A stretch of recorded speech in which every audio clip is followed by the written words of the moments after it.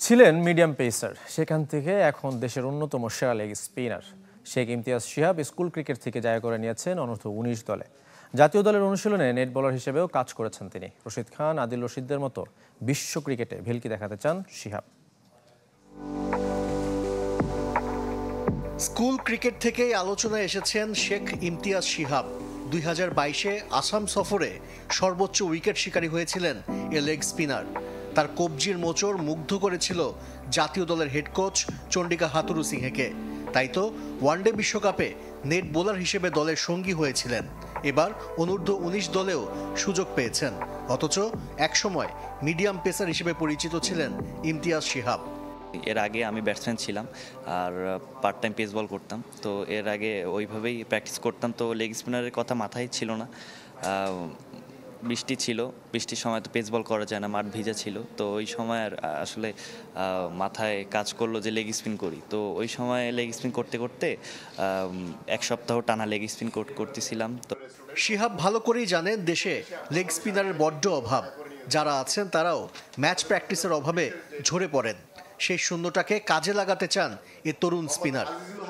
যখন থেকে আমি ক্রিকেট খেলা পুরোপুরি বুঝতে পারলাম যে বাংলাদেশ টিমে একটা লেগ স্পিনার যেহেতু নাই, বা রাশিদ খান ওয়ার্ল্ড ক্লাস যারা বলার আছে, রাশিদ খান, শেনওয়ান, ইয়াসির শাহ, তারাও কিন্তু রিপ্রেজেন্ট করতেছে তার দেশকে অনেক ভালোভাবেই। তো তখন থেকেই আসলে ইচ্ছা জাগলো এবং মাথায় একটা মিশন সেট করলাম যাতে যে লেগ স্পিনার হতেই হবে, বা লেগ স্পিনারের একটা ঘাটতি আছে। তো এই ঘাটতিটা আমি ইনশাল্লাহ পূরণ করতে চাই। মুশতাক আহমেদের অন্তর্ভুক্তি নতুন আশা জাগাচ্ছে এসব তরুণ স্পিনারদের। এখনো গুরুর সাথে দেখা হয়নি, তবে সুযোগের অপেক্ষায় আছেন। যেহেতু স্যার একজন মাস্টার ক্লাস বলার, তো স্যারের কাছ থেকে অনেক কিছু শেখার আছে, যে কীভাবে স্পিনিং বাড়ানো যায়, বা এটাও হতে পারে যে ফিল্ড পজিশনটা কীভাবে মেক করতে হয়। তো আবার অনেক সময় দেখা যায় যে পাওয়ার প্লেতে কীভাবে বোলিং করতে হয়। বা আশিক রুদ্র, চ্যানেল 24, ঢাকা। টিম কম্বিনেশনের জন্য টি-20 দলে নেই মেহেদী হাসান মিরাজ, তবে যে কোনো সময় স্কোরে ঢোকার সামর্থ্য আছে বাংলাদেশ অলরাউন্ডারের। এমনটাই মনে করেন বিসিবি সভাপতি নাজমুল হাসান। আর দল বিবেচনায় নয়, বিশ্বকাপের আগে কন্ডিশন বুঝতে যুক্তরাষ্ট্রের সাথে সিরিজ খেলবে টাইগাররা। ও যে কোনো সময় যে কোনো ফরম্যাটে সে রেগুলার 11-এ খেলতে পারে, কিন্তু ওটা করতে গিয়ে এই মুহূর্তে টিম কম্বিনেশন হয়তো আসে নাই, but he will be always ready থাকবে যখনই যদি আমাদের দরকার হয় সে যাতে ওখানে গিয়ে জয়েন করতে পারে। ইউএসএর সাথে খেলছি, যেহেতু ইউএসএতে খেলা জীবনের প্রথমবারের মতো খেলতে যাচ্ছি, ওখানকার কন্ডিশন বোঝার জন্য। সেটার জন্য আমি ইউএসএর সাথে খেললাম না কার সাথে খেললাম ইম্পর্টেন্ট না, কন্ডিশন বোঝার জন্য I think that's fine. 304 food grade stainless স্টিলে তৈরি, যা নিশ্চিত করে জংবিহীন সিঙ্কের আজীবন নিশ্চয়তা। আরএফএল কিচেন সিঙ্ক, স্বাস্থ্যকর কিচেনের চিরস্থায়ী সমাধান। এবার নারী দলের সিরিজের খবর জানাবো। কাল প্রথম টি-20 সিলেটে ভারতের মুখোমুখি হবে বাংলাদেশ। অস্ট্রেলিয়ার সিরিজের ব্যর্থতা ভুলে ঘুরে দাঁড়াতে চায় টাইগ্রেস। ব্যাটারদের দায়িত্বশীল হওয়ার আহ্বান অধিনায়ক নিগার সুলতানার। সিরিজ দিয়ে বিশ্বকাপ প্রস্তুতি নিতে চায় টিম ইন্ডিয়া। সিলেট স্টেডিয়ামে ম্যাচ শুরু বিকেল 4টায়। অবশেষে বিকেল আর সন্ধ্যায় নারী লীগের ম্যাচ মাঠে গড়ানোর সিদ্ধান্ত নিয়েছে ফুটবল ফেডারেশন। আসর উদ্বোধন করতে এসে গরমের উপলব্ধিতে ম্যাচের সময় পরিবর্তনের নির্দেশ দিয়েছেন ফেডারেশন সভাপতি কাজী সালাউদ্দিন। এদিকে উদ্বোধনী ম্যাচে আতাউর রহমান কলেজ স্পোর্টিং ক্লাবকে 1-0 গোলে হারিয়েছে সেনাবাহিনী। ডাগআউটে ছোট ভাইয়ের সাথে লড়াই জিতেছেন গোলাম রব্বানী।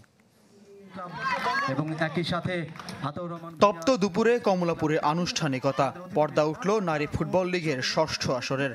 আগের দিন থেকে চলা সমালোচনার পর মাঠে সশরীরে এসে প্রকৃত গরমের উপলব্ধি ফুটবল কর্তাদের। ফেডারেশন সভাপতি কাজী সালাউদ্দিন তাৎক্ষণিক নির্দেশ দিয়েছেন পরদিন থেকে ম্যাচগুলো বিকেল আর সন্ধ্যায় মাঠে গড়ানোর। ফ্লাডলাইটের বিদ্যুৎ বিলের অর্থ নিয়ে যে দুশ্চিন্তা ছিল, কাজী সালাউদ্দিনের বিশ্বাস সবকিছুরই ব্যবস্থা হবে।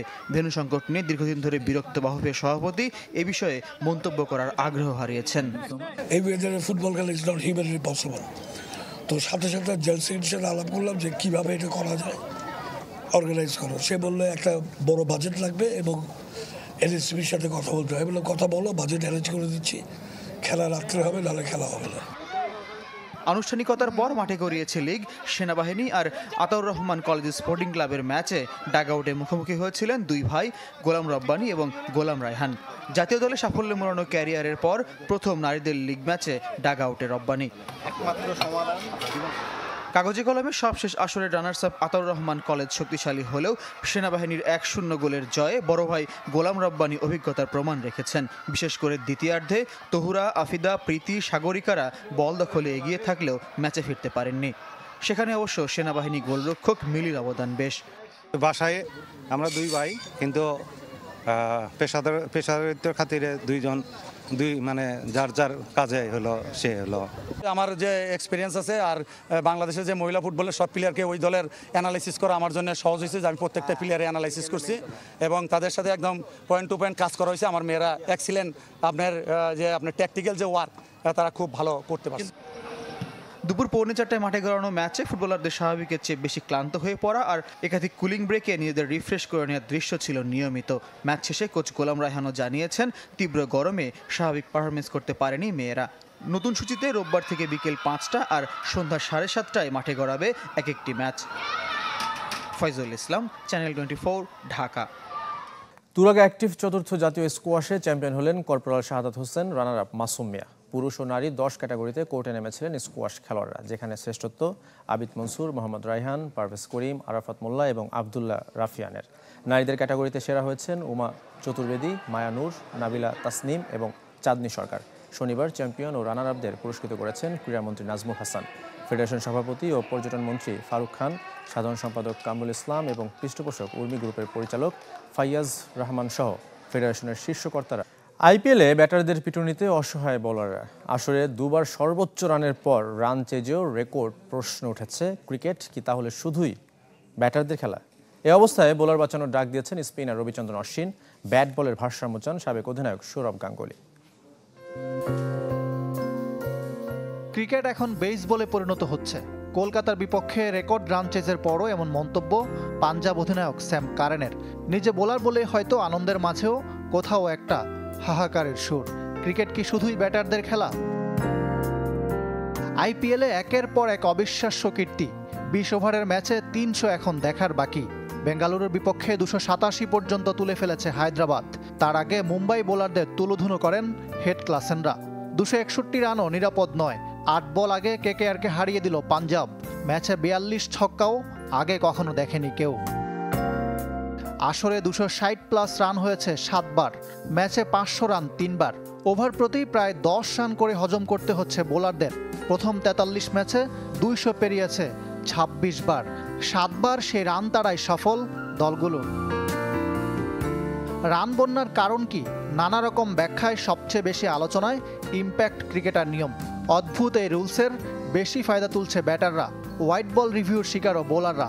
বাউন্ডারি সাইজ বাড়ানো ও কোকাবুড়া বল পরিবর্তনের দাবিও তুলেছেন ভারতের সাবেক ক্রিকেটাররা। রান ফেস্টের মধ্যে বোলার বাঁচানোর ডাক দিয়েছেন রবিচন্দ্রন অশ্বিন।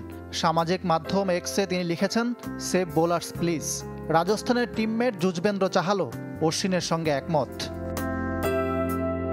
ব্যাট ও বলের ভারসাম্য চান সাবেক অধিনায়ক সৌরভ গাঙ্গুলি।